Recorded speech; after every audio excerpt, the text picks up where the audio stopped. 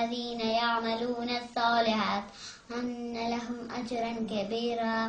തീർച്ചയായും ഈ ഖുർആൻ ഏറ്റവും ശരിയായതിലേക്ക് വഴി കാണിക്കുകയും സൽക്കർമ്മങ്ങൾ പ്രവർത്തിക്കുന്ന സത്യവിശ്വാസികൾക്ക് വലിയ പ്രതിഫലമുണ്ടെന്ന് സന്തോഷവാർത്ത അറിയിക്കുകയും ചെയ്യുന്നു.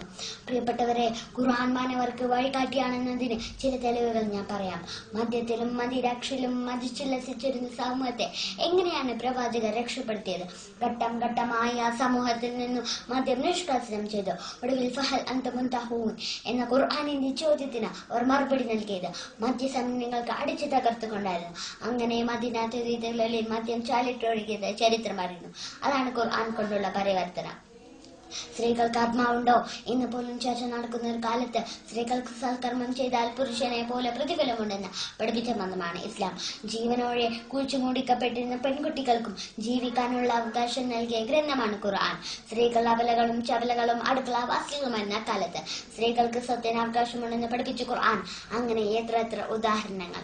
ഇനി നോക്കൂ, വിശ്വാസ കർമ്മത്ത് ഖുർആൻ പറഞ്ഞതെന്താണെന്ന്. മൺമറിഞ്ഞു പോയ മഹാത്മാക്കൾ തങ്ങളെ സഹായിക്കുമെന്നും സംരക്ഷിക്കുമെന്നുമുള്ള മോഡലാണ് അക്കാലത്തും ഇക്കാലത്തും ആളുകൾ വെച്ച് പുലർത്തിപ്പോയത്.